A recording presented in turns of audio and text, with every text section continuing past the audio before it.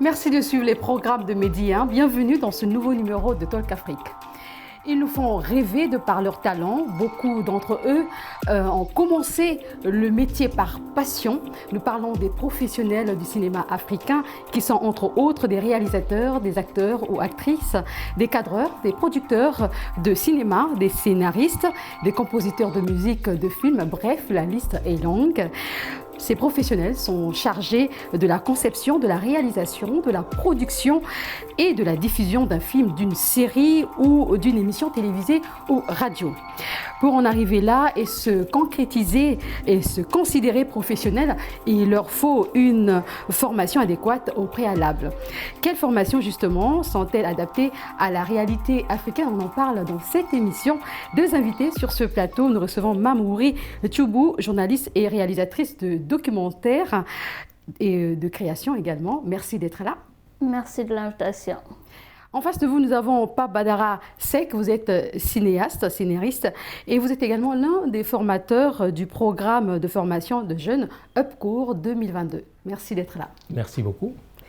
Alors, nous parlons justement cinéma. Pendant des années, les Africains ont beaucoup apprécié les films étrangers. Aujourd'hui, la tendance a un peu changé.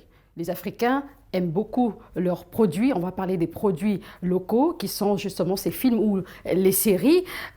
Comment vous trouvez ça justement, cette tendance? Je pense que c'est une tendance un peu normale. Quand on regarde des films au cinéma, on a quand même envie de se voir soi-même. C'est une tendance qui est en ce moment que l'on voit beaucoup. Avant, les gens regardaient plus des séries venues d'Amérique du Sud, du Mexique, d'Argentine, ce qu'on appelle les telenovelas. De plus en plus, nous, Africains, faisons nos propres séries qui racontent notre propre réalité, qui racontent nos vies et les populations, bien évidemment, adhèrent à ce genre de choses et ils regardent ça avec plaisir.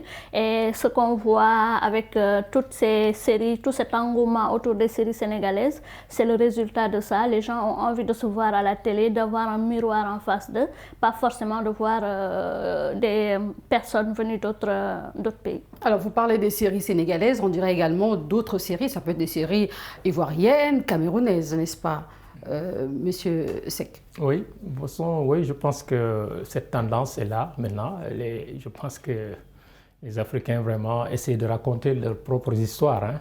Vraiment, au niveau de l'Afrique, Côte d'Ivoire, partout où vous allez en Afrique maintenant, c'est parti. Parce qu'effectivement, comme a dit Ouri, ça permet les gens de mieux s'identifier en tout cas. Voilà, ça c'est ce qui s'est passé. Ça aussi, il y a aussi avant, il y a eu comment on appelle ça, des critiques, hein, parce que nous allons au FESPACO, un moment, on a fait un truc sur la formation et puis ils ont parlé effectivement qu'à l'époque, quoi, on était il y avait trop de films au niveau de l'Occident et qui nous amenaient dans d'autres comment on appelle ça, dans d'autres sujets peut-être qui étaient trop loin de notre réalité, quoi.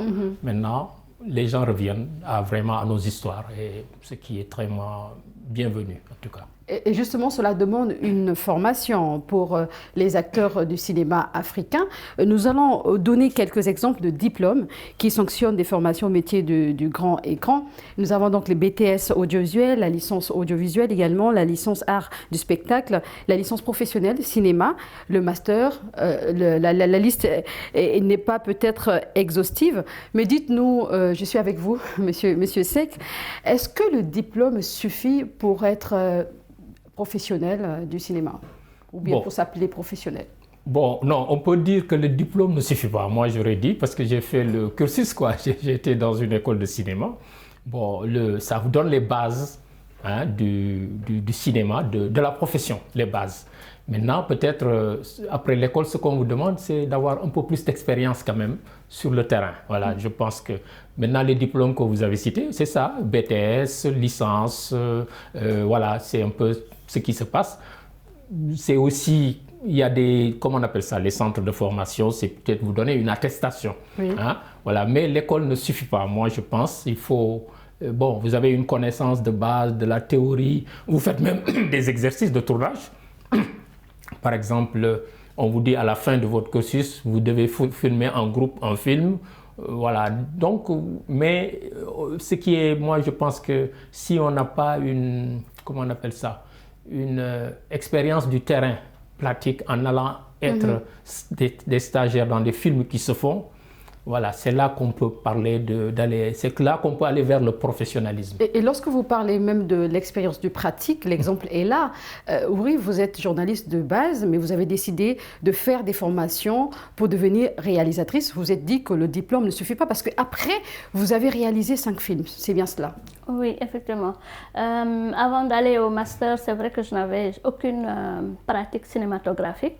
Donc, je suis entrée au cinéma grâce à ce master que j'ai fait à Saint-Louis. Donc, c'est un master 2, donc c'est sur une année. Pendant 9 mois, on a été formés sur différents canaux. On a commencé déjà par essayer de déchiffrer un peu, de décrypter les films qu'on nous montrait. En regardant les films, on commence un peu à comprendre comment un film est écrit, comment il se fait. Et ensuite, on nous apprend à filmer, à prendre du son, à écrire, surtout à écrire un projet. Comment, une fois que le projet est écrit, comment on va le tourner, comment on fait un film, comment on le monte en fait. Donc la théorie plus la pratique. Oui, exactement. La théorie est mêlée à la pratique et une fois qu'on a subi cette formation-là, à la fin, on est capable de faire son propre film. Bien sûr, assisté par des encadreurs, mais on se retrouve avec son film individuel, avec un film collectif. Et là, on peut se dire réalisateur. Mais comme disait M. Seck tout à l'heure, moi je pense qu'il y a des gens quand même qui sont dans le cinéma qui n'ont pas fait de formation, mais qui, par la pratique, sont devenus des professionnels aguerris parce qu'ils ont appris sur le tas, ils ont fait plusieurs tournages, ils sont maintenant, on ne peut pas faire un tournage sans les appeler. Mais de la même façon qu'on peut se former sur le tas, je pense que aussi avoir un diplôme qui sanctionne en fait une formation bien libellée, bien assise, voilà. Je pense aussi ça aussi c'est important et c'est un peu le gage en fait qu'on va avoir des professionnels un peu dans tout le secteur du cinéma. Le diplôme est important, mais également la pratique. Pape Badara Seck, vous êtes cinéaste, scénariste, diplômé de cinéma dans les années 80 à l'Institut des hautes études cinématographiques en France. Lorsque j'ai reçu votre biographie, je me suis dit, waouh, votre expérience parle. Alors, je ne pourrais pas tout dire sur ce plateau, mais je peux quand même rassurer ceux qui nous suivent que vous êtes expérimenté. Et je veux quand même préciser que vous avez réalisé 5 films au Sénégal et en Europe. Dites-nous, les formations que l'on dispense ici en Afrique sont-elles adaptées à nos réalités? Oui, je pense que faire des formations en Afrique, c'est vrai que ça... C'est vrai, ça, c'est prendre en considération l'environnement, en tout cas, nos réalités. Bon, maintenant, ce qui se passe, c'est peut-être toujours le problème des formateurs. Bon, si vous avez des formateurs peut-être étrangers qui ne saisissent pas très bien ces réalités, bon, ils peuvent vous avez un avantage, c'est sur la technique qu'ils peuvent vraiment vous former, quoi. Mais le problème du cinéma aussi, c'est la formation, c'est la technique, mais c'est aussi de la culture, quoi. Voilà, il faut intégrer les deux choses. Moi, je pense que... Et puis la tendance va beaucoup plus vers là maintenant, c'est-à-dire dans les écoles de cinéma maintenant, on intègre quand même la chose culturelle, quoi. Voilà, parce que quand même, être un cinéaste, quand même, avoir, je sais pas, être intéressé à la culture, être intéressé à beaucoup de choses. Voilà, donc ça, je pense que ma formation, par exemple, en France, bon, je l'ai fait à l'époque parce qu'il n'y avait pas de formation. À l'époque, dans les années 80... Il n'y avait pas de formation en Afrique? Ouais, en Afrique, seulement on avait des ateliers, des trucs comme ça. Bon, les écoles n'étaient pas encore là à cette époque, parce qu'au Sénégal, il n'y avait pas d'école. Au Burkina, je crois aussi, l'école, il y a une école maintenant qui est venue, je crois, c'est soit à la fin des années 80 ou les années 90, je ne sais plus, je n'ai pas les dates, quoi. Mais à l'époque, quand je voulais faire du cinéma, on me dit il faut que vous alliez à l'étranger. Donc je suis allé en France et puis j'ai eu une très bonne formation parce que c'est une très grande école de cinéma quand même. Alors vous avez parlé de la culture. Est-ce qu'aujourd'hui, quand on parle de culture, on voit aussi la langue? On va parler des séries, par exemple des séries sénégalaises. Est-ce que c'est grâce à cette culture qu'aujourd'hui ces productions ont un succès? Oui, la langue, ça a toujours été un débat dans notre cinéma. Si on prend le temps de nos aînés, effectivement, quelqu'un comme Sembène a d'emblée vu qu'il fallait intégrer nos langues dans le cinéma. Parce que, bon, la question qui s'est posée pour Sembène, mais qu'est-ce qu'il a amené au cinéma? Parce qu'il a compris que ses livres n'étaient pas lus par la majorité des Africains, donc il fallait faire les films où l'oralité, vous pouvez utiliser les langues africaines. Voilà, donc c'est une chose qui a beaucoup fait avancer le cinéma, le fait d'intégrer les langues africaines et pas seulement faire des films en langue française ou en langue anglaise. Et voilà, je pense que la tendance va aller là-bas. D'autant plus, il y a les doublages. Hein. Bon, oui, effectivement. Voilà, il y a les doublages. On peut intégrer ça dans le financement des films. Mais là encore, il faut trouver des personnes, des professionnels qui peuvent le faire. C'est un travail très difficile. Voilà. Est-ce que dans les formations, il y a... Ouri, est-ce que déjà au Sénégal, on a ces personnes-là qui font du doublage? Je pense qu'il y a quelques initiatives de formation qui ont été faites sur ça. Je pense qu'il y a la Chine qui voulait diffuser ces séries ici sur notre chaîne nationale. Donc, ils ont pris quelques comédiens qu'ils ont formés justement à faire du doublage. Il y a quand même quelques personnes qui le font, mais c'est pas encore très bien, très répandu. C'est surtout que ça nécessite aussi des moyens. Et pour parler aussi de la langue, je pense que, à part l'exemple de la Côte d'Ivoire, qui a un parler assez succulent. Il y a le Burkina Faso, quand les Burkinabés font leurs films, c'est assez... tout le monde rigole en fait parce qu'ils ont des expressions assez intéressantes.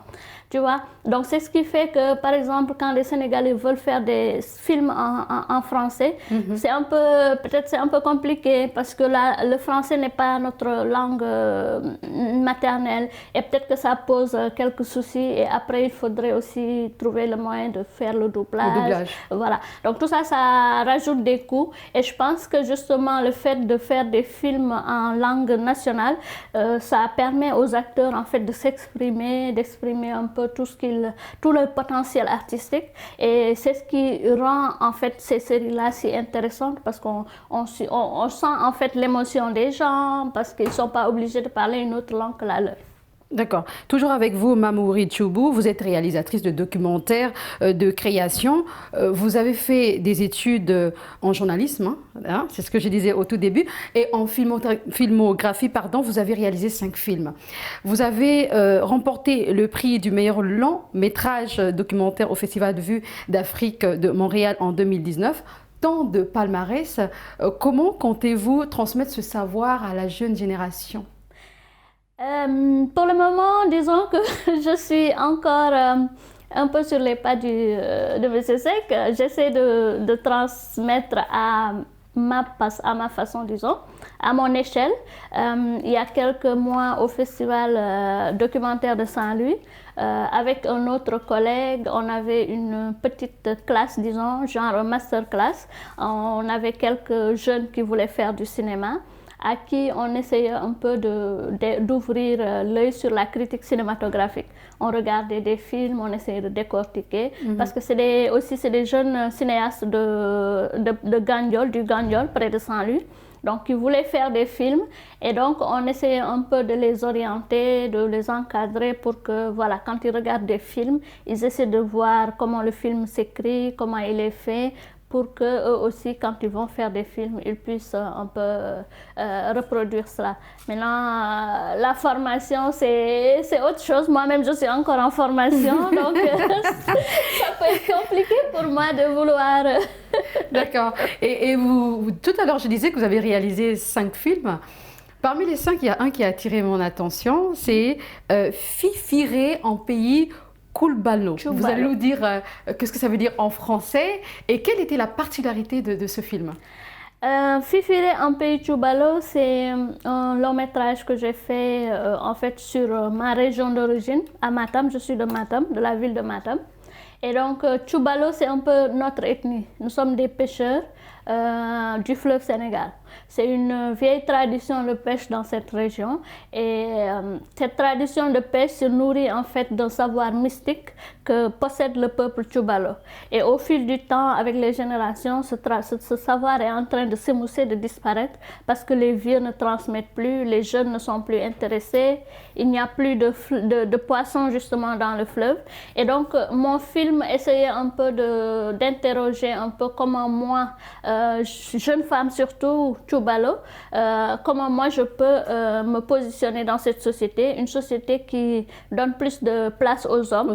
Où les femmes sont un peu écartées de ce savoir-là, que justement on dit qu'un Tchoubalo, un vrai Tchoubalo, c'est quelqu'un qui maîtrise ce savoir traditionnel-là et ce savoir n'est pas confié aux femmes.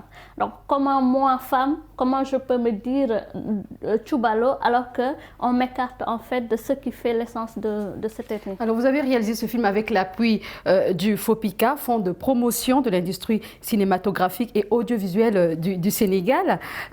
Justement, avec vous, Monsieur Seck, beaucoup de jeunes aujourd'hui ont des projets et grâce à FOPICA, ils ont pu réaliser ces projets. Qu'est-ce que vous en pensez justement? Bon, c'est une bonne chose parce que nous avons tellement attendu, parce qu'il y a un moment, on est resté peut-être quelque chose comme, peut-être je peux me tromper sur les années, mais pendant de longues années, on est resté sans vraiment avoir des fonds de cinéma.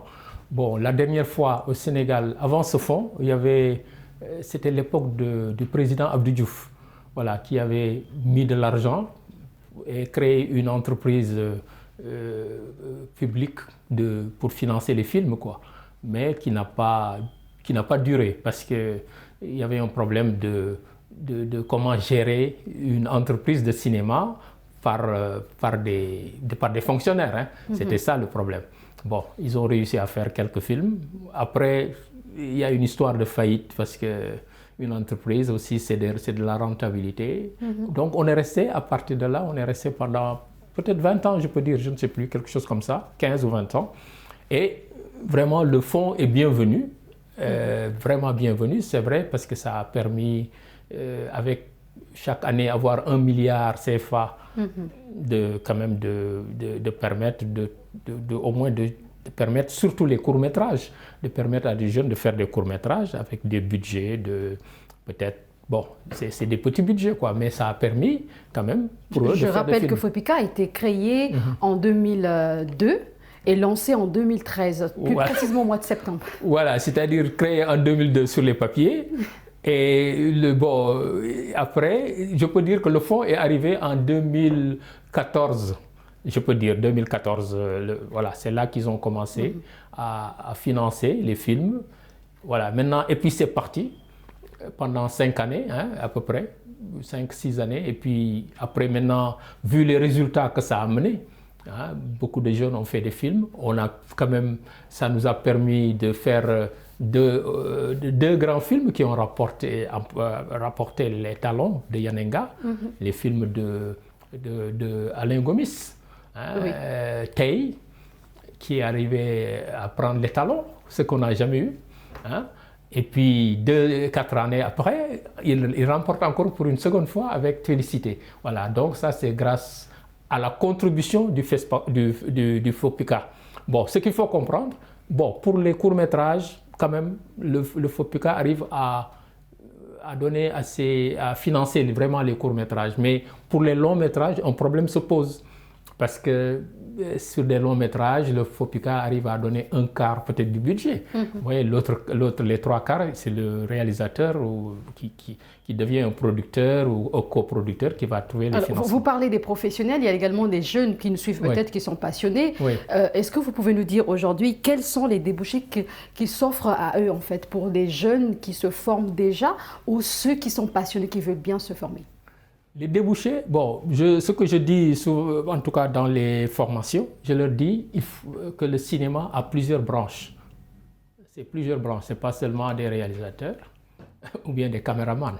Bon, parce que c'est les 2 professions les plus prisées. Bon, je leur dis, il y a les producteurs déjà. On va revenir sur l'histoire des producteurs, qui est une des faiblesses du cinéma africain. Mais je le dis, il y a des décorateurs, il y a des costumiers, costumières, il y a des, comment on appelle ça, il y a le montage, il y a des professions quand même. Hein. Le son, il y a des preneurs de son. Voilà, donc je l'ai dit. Des ingénieurs de son voilà, aussi. Ingénieurs de son, voilà. Preneur de son ou ingénieur de son, qui est la formation supérieure, quoi. C'est ingénieur de son. Alors donc, je leur dis, il faut regarder par rapport à votre sensibilité. Il y en a qui peuvent devenir des réalisateurs. Oui. Il y a d'autres qui sont plus peuvent être des producteurs, d'autres peuvent être plus des scénaristes, voilà, le métier de scénariste. D'autres, il y a le métier de script, hein, qui est une de nos faiblesses aussi, c'est un métier, je pourrais y revenir. Voilà, donc vous regardez par rapport à votre sensibilité, qu'est-ce que vous pouvez faire. Voilà, donc il y a les débouchés, c'est les métiers, avoir un métier, et puis je pense que ces métiers vont contribuer à faire de bons films. Les débouchés, c'est quoi? Vous pouvez travailler sur les films des aînés, comme nos films. Si nous faisons des films, nous avons besoin de techniciens. Un film ne se fait pas tout seul. Il y a toujours une équipe. Voilà, donc il y a les débouchés, mais à condition de bien apprendre à faire sa formation et puis d'être sérieux dans son métier, quoi. Alors, oui. Sur un plateau de tournage de fiction, par exemple, il y a énormément de petits métiers qu'il y a autour. Contrairement au documentaire. Au documentaire, où c'est un peu plus restreint. Mais là, par exemple, le dernier film de Moussa Hassen Absa, il a été tourné entièrement au Sénégal avec que des techniciens sénégalais. Et ce film, je rappelle, a été sélectionné pour les Oscars prévus au mois de mars 2023. Exactement. C'est la preuve que ces techniciens-là sont arrivés maintenant à un niveau où ils font vraiment de la qualité, puisque voilà, ça se sait. Et pour dire aussi que pour le FOPICA, moi je suis arrivée au cinéma à un moment où peut-être il y avait une certaine crise économique qui faisait que beaucoup de fonds en fait en Europe où les Africains allaient pour chercher des financements étaient un peu, disons, restreints parce que la culture c'est toujours le premier poste budgétaire qu'on fait sauter quand il y a problème. Et donc quand on est arrivé, grâce au FOPICA, moi j'ai eu la première année, j'ai eu le financement du FOPICA, ce qui m'a permis de faire un peu mon film Fifiré. Et ce qu'on remarque maintenant, c'est que le FOPICA est en train de faire des petits autour de nous. En Côte d'Ivoire, il y a le FONSIC, ils ont créé le FONSIC. Au Mali, ils sont en train de faire leur propre fonds. Au Niger aussi, ils sont en train de faire leur propre fonds. Ce qui fait que petit à petit, en fait, les pays africains sont en train chacun de se doter d'un fonds qui va faire que, avec des collaborations sud-sud, il y aura beaucoup plus de films qui vont se faire. Et ce que vous proposez justement, ça montre que vous avez appris. Et vous êtes un produit de l'université Gaston Berger. Voilà. Et dites-nous, est-ce que cette école aujourd'hui continue de former les acteurs? En fait, le master de réalisation documentaire s'est arrêté en 2017. Parce qu'à la base, c'était une collaboration entre l'Université de Grenoble, l'Université de Saint-Louis et une association qui s'appelle Africadoc. Et quand il y a eu justement ces restrictions budgétaires, la région Rhône-Alpes, qui finançait une grande partie, a retiré ses financements. Donc le master n'avait plus trop de fonds, il s'est arrêté. Maintenant, cette année, à partir de cette année, il va reprendre et il va être ouvert à d'autres parce qu'avant c'était juste le documentaire, maintenant ça va être un master en cinéma, il y aura fiction, il y aura documentaire et à partir de cette année, donc le master a repris grâce justement à une collaboration avec le FOPICA, entre le ministère de l'Enseignement supérieur, le ministère de la Culture. Vraiment tout le monde s'est mis ensemble pour que ce master-là reprenne parce que c'était important. En 10 ans d'existence, il y a eu une centaine de réalisateurs qui ont été formés et franchement quand on regarde aujourd'hui au dernier FESPACO par exemple la sélection documentaire, pratiquement tous les noms c'est des gens qui viennent de ce master et ce sont eux qui ont été primés, donc c'est vraiment la preuve que ce master était quelque chose de bien pour nous. D'accord. Vraiment, un dernier point rapidement. Qu'est-ce que vous pensez du succès de l'industrie cinématographique nigériane? Ah oui, le Nollywood. Hein. Voilà, moi je trouve que ça c'est un exemple qu'on devrait suivre. Hein. Moi je pense, hein, parce que Ce qui fait que, on peut dire qu'ils sont, moi je dirais qu'ils sont en avance au niveau de l'industrie du cinéma.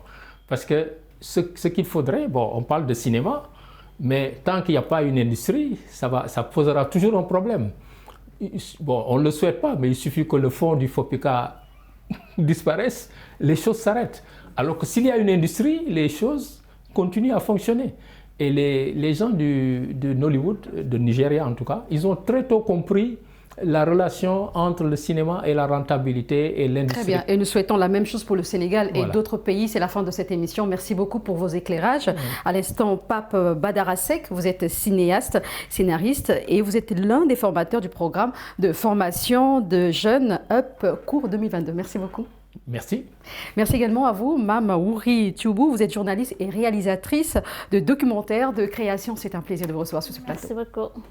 Vous l'avez compris, c'est la fin de cette émission. Merci de l'avoir suivi et prenez soin de vous.